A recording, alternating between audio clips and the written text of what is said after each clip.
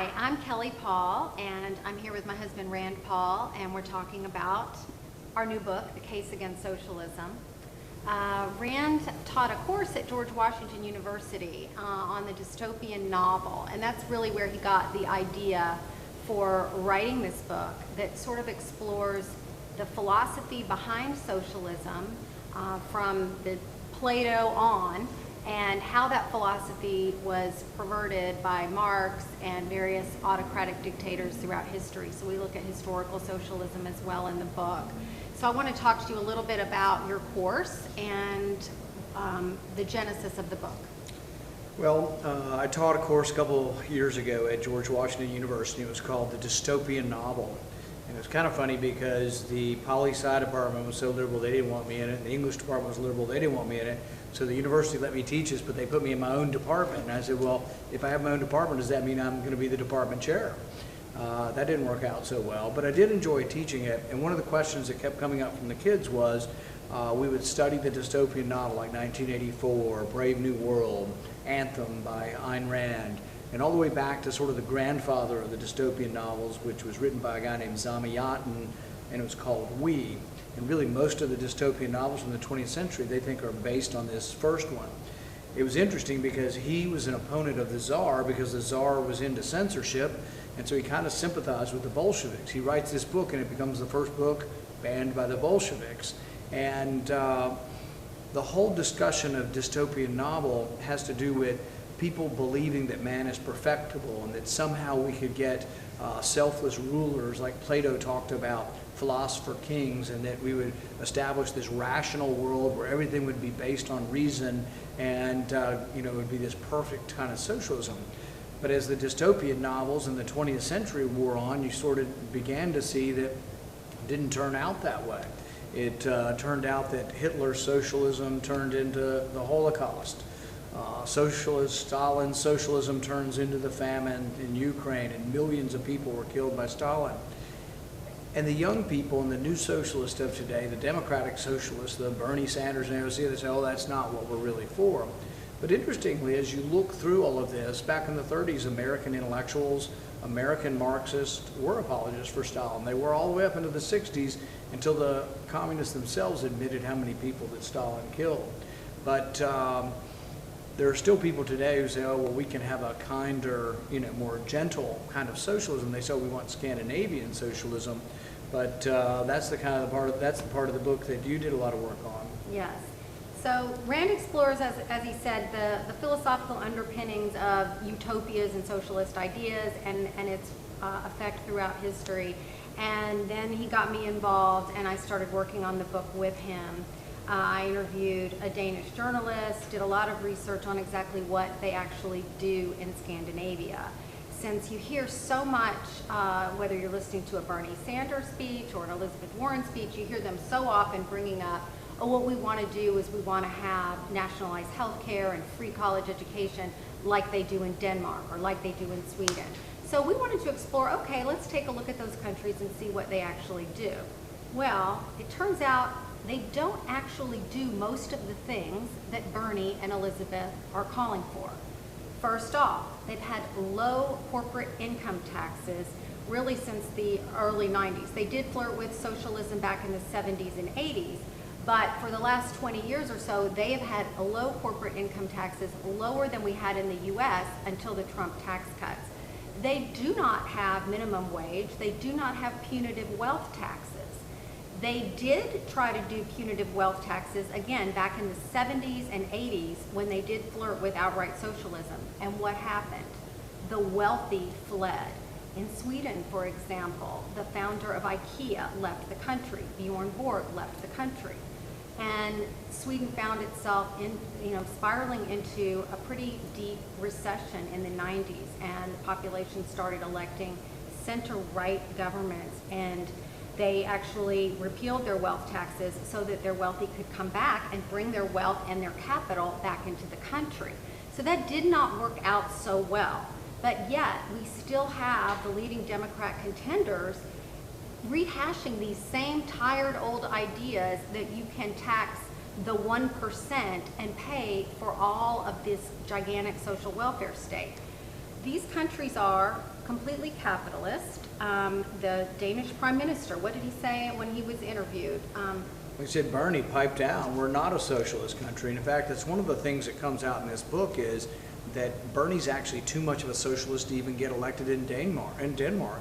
So when the Danish Prime Minister heard Bernie saying, oh, Denmark is socialist, he said, pipe down. We don't want the rest of the world to have any kind of belief that we're socialist, because we're not. We're open for business.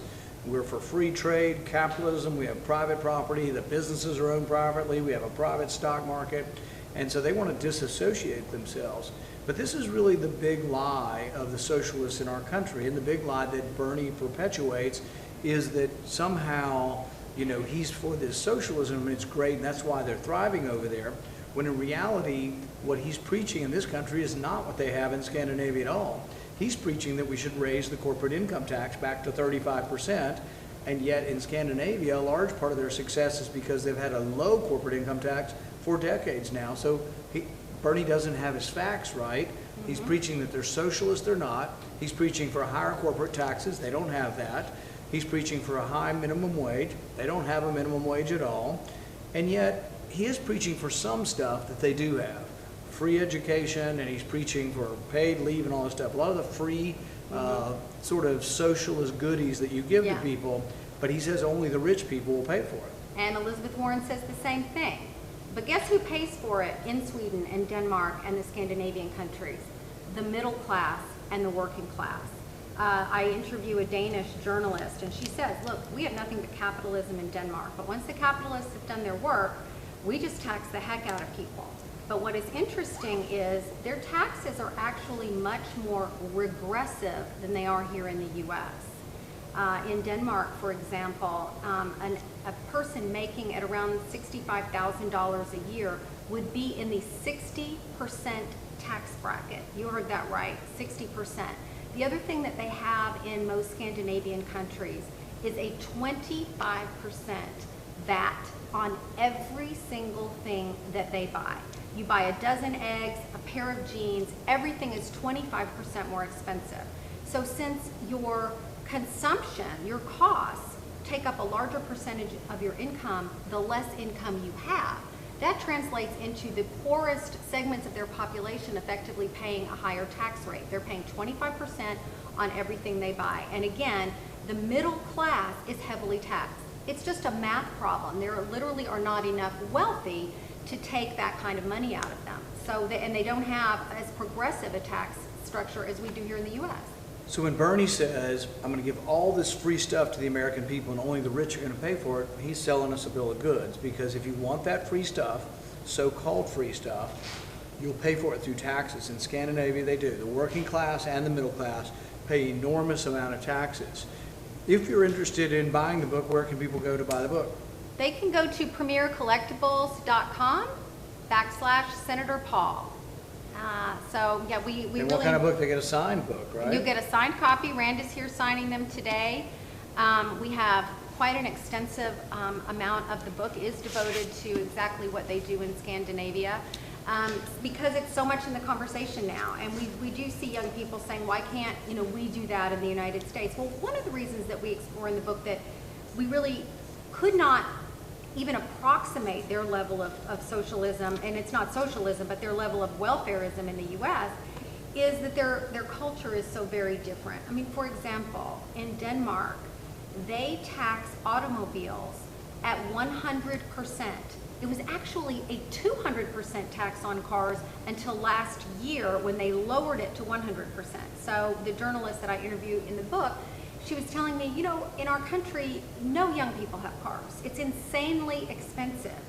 So imagine telling Americans that they're going to be, reduced to bike transportation. I always joke when you read articles about Denmark, you invariably see young people looking very fit and healthy, and they're riding their bikes. It's because they can't afford cars, and we do have a very different culture here, and also a very different geography. I mean, we live in Kentucky. It's very hard to get to your work or live your life without an automobile. So much of what they do, I think, would be impossible here, and I don't think Americans are ready to pay $60,000 to buy a $30,000 car. Do you? No, and for decades people have talked about, oh, well, the Swedish live longer, they have less infant mortality, they're healthier, and they say, well, it must be because of socialized medicine. But interestingly, if you look back before socialized medicine in Sweden, Swedes lived longer, had lower infant mortality, and so people have looked at it and wondered, well, if it's not really socialized medicine that has caused all of these things, why do the Swedes live longer? So when they've looked at it, they've also looked at Swedes in our country. So if you look at their income, their longevity, their health, guess what? Swedish Americans also live longer, have lower infant mortality, and they're not living under socialism. Something is different about Swedish or Scandinavian people, and there's an author by the name of Sendaji who we quote, and he says, well, a lot of it's based maybe on culture, on Protestant work ethic, but based on things that aren't, you can't quite put your finger on and have nothing to do with government. Yeah, that was a very interesting statistics that when you look at Swedish Americans, they also have higher incomes than average Americans. Danish Americans have higher incomes than average Americans, but they also have higher incomes than Danes and living back in Denmark or Swedes living in Sweden. And again, their healthy outcomes, their quality of life statistics such as lower poverty, higher high school graduation rates, they follow them wherever in the world they go, including in the U.S. Which reminds me of this famous story from Milton Friedman, the economist. He's talking to this Swedish economist, and the Swedish economist says, you know, in Sweden we have no poverty. And Milton Friedman responds and he says, well, yeah, we have no poverty in America among Swedish Americans. And the whole point is, it has nothing to do with socialism. It has to do with more cultural reasons why there's a stronger work ethic in Scandinavia than some other parts of Europe maybe.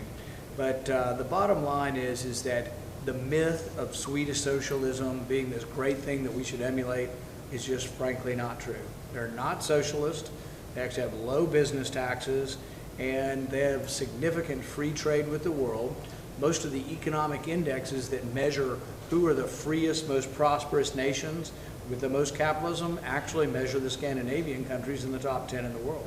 They are incredibly free, and actually most of their wealth was created before their flirtation with the huge welfare state that started in the 70s. So we talk quite a bit about that in the book as well. Today we went on The View to try to... Oh, don't remind me. Please let me forget about it. It's going to be a long time before I go back on The View again. The difficult thing about a show like that is that, you know, people complain that you can't have an edifying or meaningful conversation anymore because of the polarization and the shouting down on the right and on the left. And I think today was a perfect example of that. I mean, But they blame President Trump. It's all President Trump's fault. And here you have 4 left-wing women yelling and screaming and inciting nothing but anger and not listening to their guest at all. How is that? They think they're somehow so much better than President Trump and he's the problem, and yet that kind of TV with a bunch of people yelling and screaming at each other is precisely what's making us all dumber and making us all more angry. Well, I mean, for example, we were trying to talk about the current terrible state of Venezuela, and we do write extensively about Venezuela in the book and the role of socialism and the nationalization of their oil. Venezuela was, at one time, the richest country in South America, is that right? They still have more oil deposits than any other country in the world. Venezuela has more oil deposits than Saudi Arabia. They were one of the richest countries. They were the richest country in South America, one of the richest in the world, and now they're one of the poorest countries. How can you take a country so rich that still has all these rich deposits and make them poor? Socialism. Yeah, and it is a horrific state of affairs there now where people are literally starving. The average Venezuelan has lost 20 pounds in the last year due to lack of food. People are desperately trying to leave the country. And we were trying to have a conversation about this, and Ana Navarro brings up Maduro, who we criticize greatly in the book, and Rand, in trying to explain to her that his brutality and his thuggishness is made possible by the centralized power of socialism. Right. When you give so much power to the government and to one person, corruption can expand tenfold. Right. And sort of the opposite of that is what we call democratic capitalism. In democratic capitalism, where you don't have cronyism and you have small government, you become rich if you sell something that people want.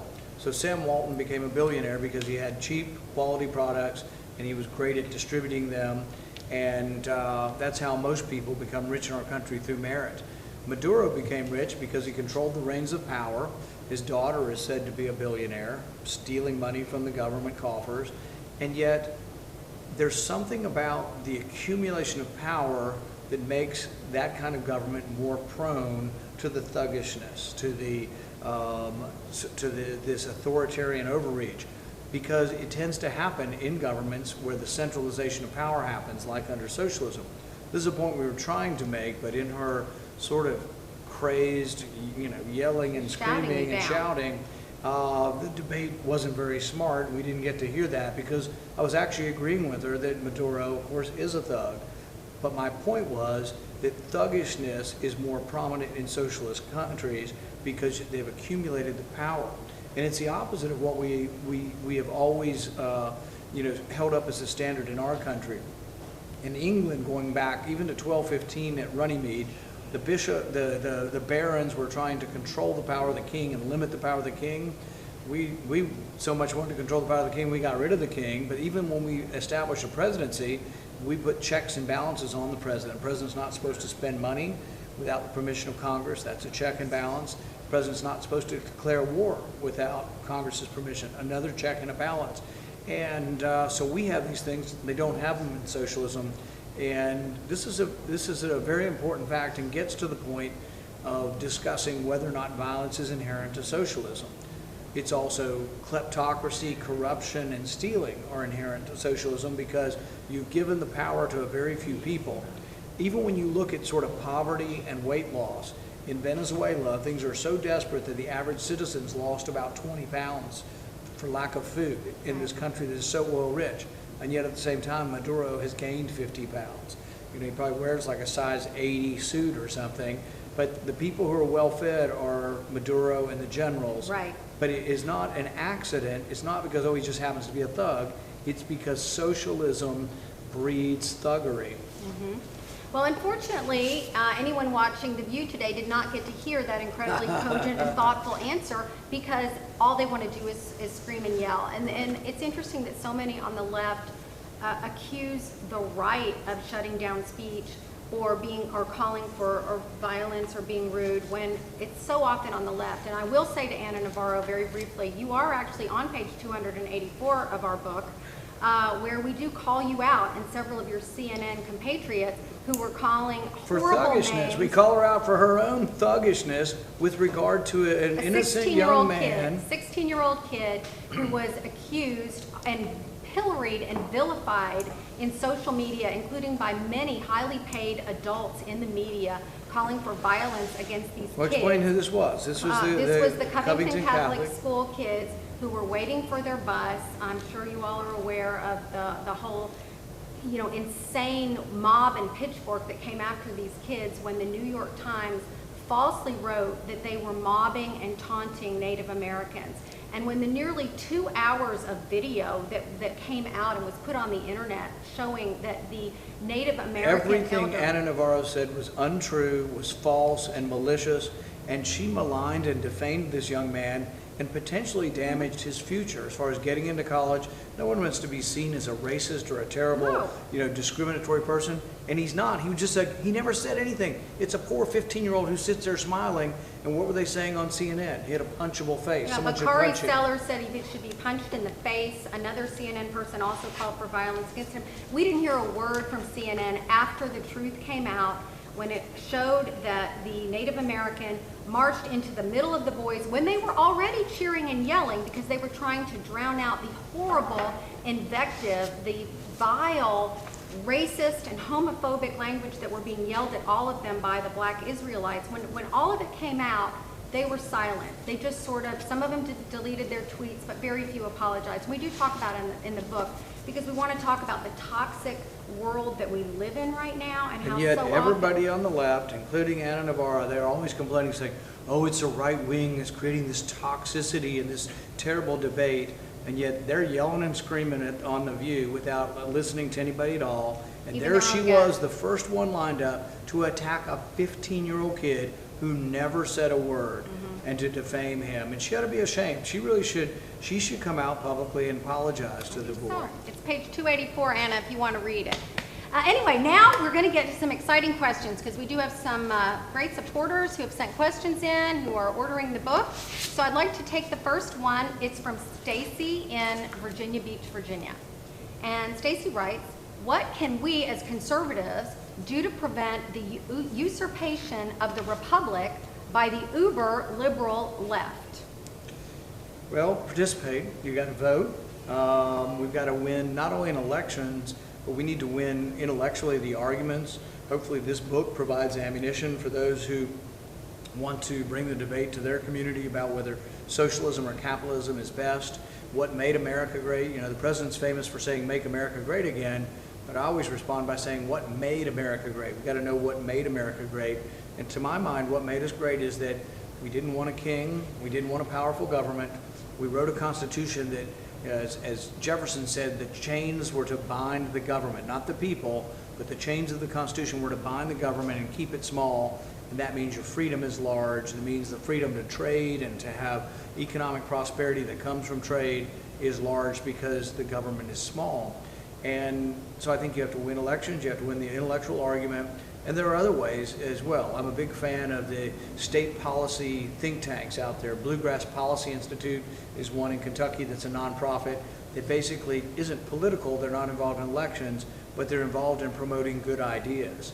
In my office in Washington, one of the things we do with our interns is we have a program to bring in speakers. One of the speakers we brought is somebody we quote in the book, Johan Norberg, who's an author and television personality in Sweden, and he was amazing talking about the truth that Sweden's not socialist. And this is something we do. It's another way to sort of win the war, is to educate the next generation. In fact, one of the big motivations for this book was you and I talking about and saying, well, gosh, these polls are showing over half of young people think socialism's a good idea. And so I think that's one way we win the war, is through intellectual and political work, and one by one convincing your neighbor and your fellow man that volunteerism is better than coercion. Okay, excellent. Mark from Williamsport, Pennsylvania. How do we get private contractors out of governmental positions such as our penal system and the military? Well, I think any government is potentially corruptible by special interest.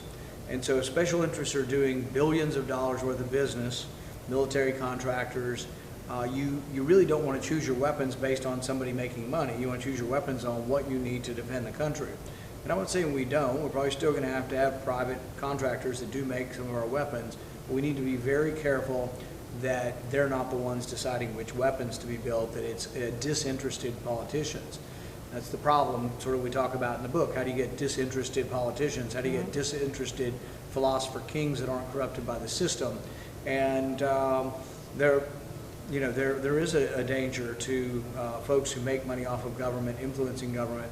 But it's really not just on the military contractor side, it's on every side of the equation, because you have people who want federal money, who work for the government already, who are coming to Washington to lobby to get more federal money for their government enterprise that they work for. So we're actually paying them to fly up to Washington to lobby for me to give them more government money, and they already work for the government. So we really shouldn't have people using government money to lobby for more government money. Exactly, exactly.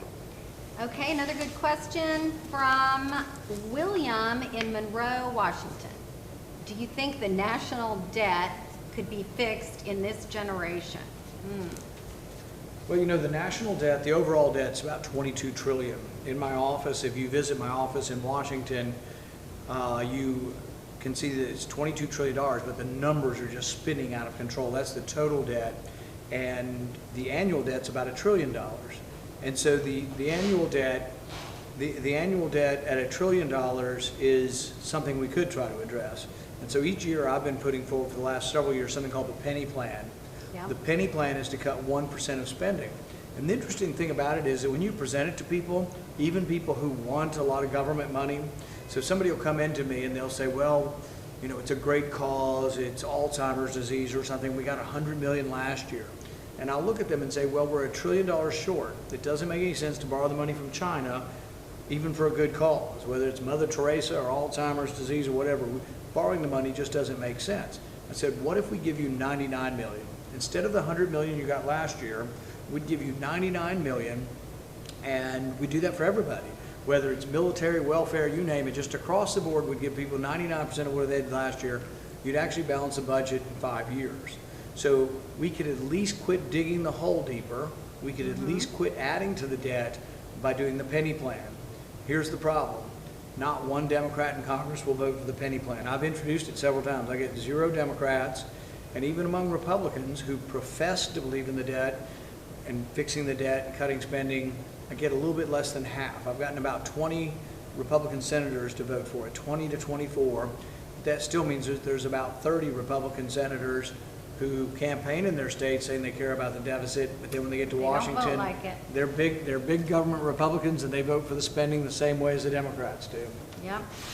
So true. I'd like to remind our viewers that you can get copies, signed copies of the book that Rand is signing right now by going to premiercollectibles.com/Senator Paul. Let's see, got another good question here from Sean in Jackson, Tennessee. Oh, it's kind of similar to the last one. How do we get voters to wake up in time to prevent the government's impending economic collapse due to excessive spending? You know, you hope that people will listen to reason. You know, like the 2 big social programs that we have are Social Security and Medicare. Social Security is $7 trillion short. It was short of money back in the 80s, and so in 1983, we raised the age from 65 to 67, and we did it very gradually. We raised it a couple of months a year over about a 20-year period, and really after a while, nobody really noticed it, but it actually made Social Security whole for a long time. Now we have another $7 trillion shortfall, and it's mainly because we're living longer, and families are smaller. So I tell people jokingly, I say it's not Republicans' fault, it's not Democrats' fault, it's your grandparents' fault for having too many kids, and it's your fault for not having enough kids. And it's true. Back around in the 30s and 40s, people were averaging 6 to 8 kids. Then their kids averaged 3 or 4 kids, and now we're averaging less than 2 kids. And so the families are smaller, which means less workers and more retired people, so the numbers have gotten out of whack. You can fix them both by raising the age, and you can fix them by doing some means testing. But these are things that it takes involvement, it takes people getting. These are difficult things. Most people say, oh, how can I run for office saying that I'm going to, allow the age of Social Security to go up? And I'll say, look, I won a statewide election twice in Kentucky, just being honest with people. Yeah. I'm not trying to hurt anybody, but if we don't do anything, what happens is you get a calamity, and the calamity is people who depend on Social Security, some of the poorest people in our country, that's all they have, $700 a month, and they're retired and they don't work anymore. If that goes down to $500, because we don't have enough money, those people will be in a world of hurt. So the best thing is, let's explain to each other, and let's quit criticizing each other, and let's quit saying, oh, the Republicans want to push grandma off the cliff, and they don't care about grandmother. The bottom line is both parties care about people. They care about the elderly, they care about the poor, they care about it. It's just different ideas. Let's get to trying to figure out a solution, and there is a solution. Medicare and Social Security can be largely fixed by gradually raising the age at which we start. We're going to have to do it. We're just living longer, and we don't have enough young people. And so, unfortunately, I feel like we don't have that kind of substantive discussion. We're not solving problems because we're too busy saying, oh, well, if you don't agree with my way of solving it, that means you don't care. That means that you are a callous human being, and that's such a waste of time. It's one of the problems in Washington and with political discourse. We'd do better if we didn't question each other's motives and we just discussed the solution. Right. Less of sort of the rancor and emotionalism of like the View kind of thing, and more of something where we actually listened a little bit to the other side.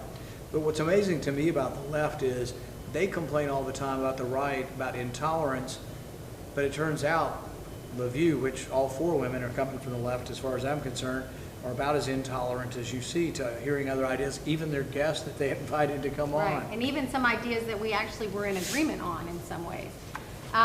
Okay, Thomas from Hurricane, West Virginia writes, would you ever consider running as a Libertarian? I had trouble even getting you to agree to let me run as a Republican. So I don't know. That question should be for Kelly, if she'll ever let me run for the presidency again. I don't think we'll be running again. Not as and I give a little more nuanced answer. I say probably not. and probably not as a libertarian, but probably not for the presidency again unless something changes. So if there's a groundswell and things change and I get nominated by acclamation and I don't have to campaign and I don't have to travel to Iowa or New Hampshire and take the overnight flights and they just say the nomination is yours, how about then? All right, maybe. I don't know. We'll see. I have to skip a couple questions because this third question is so great. Rand, what kind of shampoo do you use? Your hair is awesome. Well, you know, I want to thank you for the compliment because I have gotten so much grief over my hair. I'll tell you the worst is, you know, everybody says, oh, it's a toupee, it's a toupee. It's not. It's not, it's just bad hair, all right? I got bad hair and it curls and it just kind of does what it does. But I was at a town hall one time in Litchfield, Kentucky, which is about an hour north of me, and some woman came up and grabbed me by the hair and let go, and she said, oh, I just wanted to see if it was a toupee or not. So this is what happens when you run for office. People think they can come up and grab a hold of your hair to see if it's a toupee.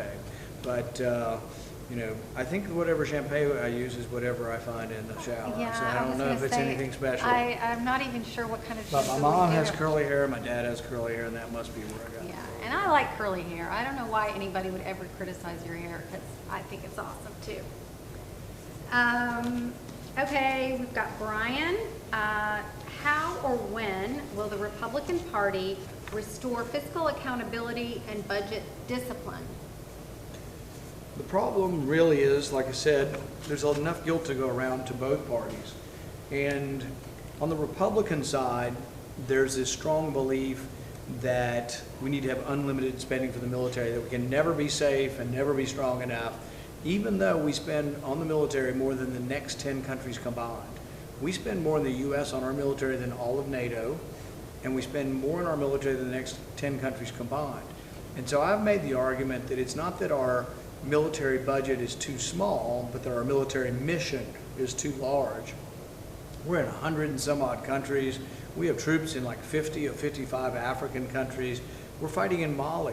Nobody even in Congress knows why we're in Mali or who we're fighting.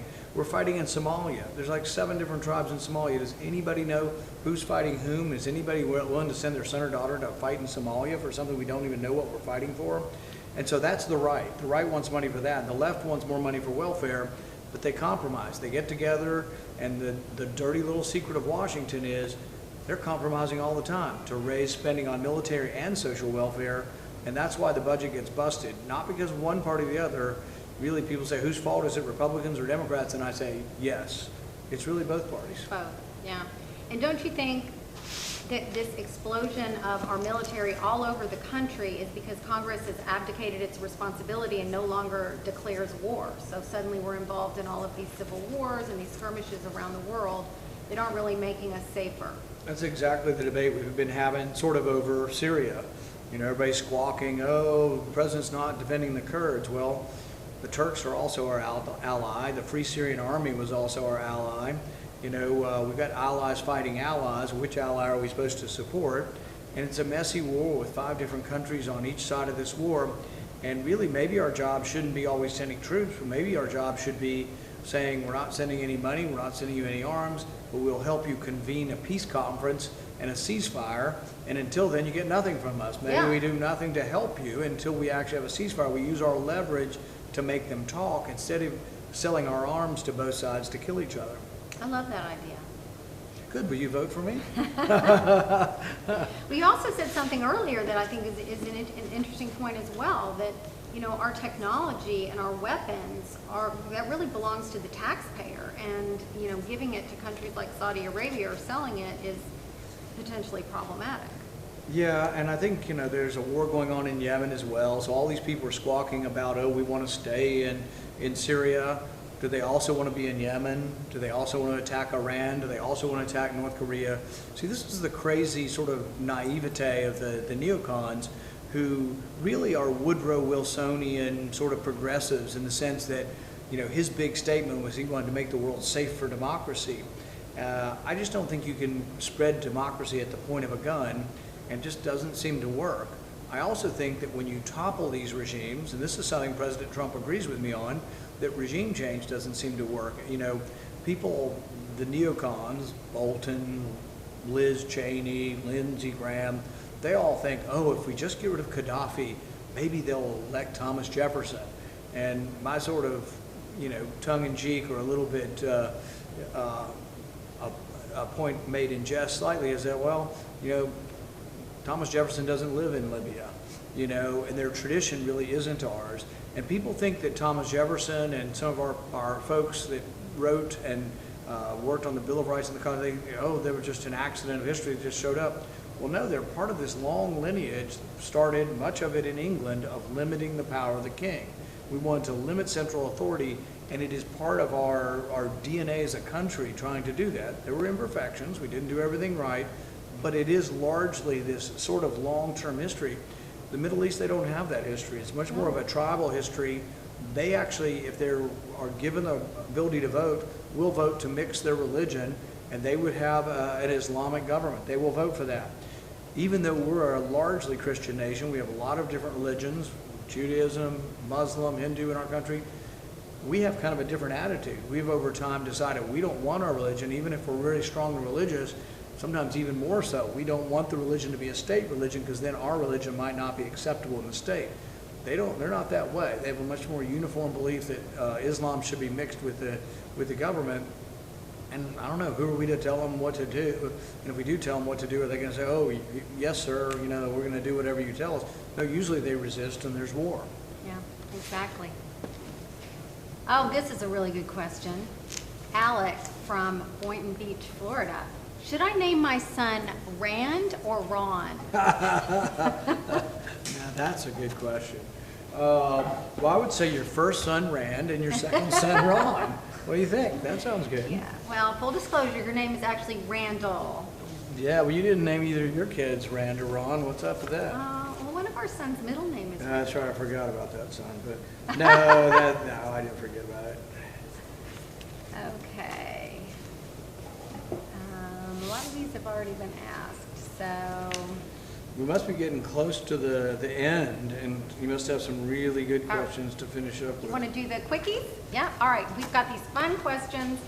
It's called 22 questions in 2 minutes. And these are sort of like dating game questions. So if I don't know the answer, you know me well enough that you answer the All right, question. I'll do we'll my try. best if All you right. get stumped. All right. Because some of them are a little tough. Oh, this is easy. Where were you born?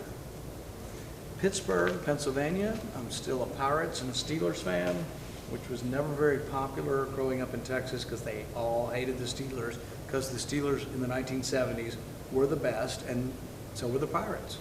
All right. And we have all that great Pirates baseball memorabilia. Yeah, but of course neither one of them are as good anymore, so I guess we're making up for it now. Okay. Who would you want to play you in a movie? Let's see. Oh, who's that actor I think should play you? Oh, well, that's probably who it is. He isn't says, it? he does the car commercials now. Hey, hey, hey, he says something Cooper? like that. No. Gary Cooper? No, Gary Cooper. I don't think he's still alive. All right, I'll think of it. I'll think that's of it in a if we minute. come up Grant's with not it. good with actors, so he's not going to be able to come up with anything with that. He doesn't know any actor's name. Matthew McConaughey. Yes, that's who I think should pay you. That's it. Yes, I think Matthew Yeah, McConaughey. that's because I have a six-pack like he does, Yeah, right? Well, yours is just in a cooler. An igloo. No, that An wasn't igloo. nice. That Yours wasn't is- very nice. All right. First Anna and now me, right?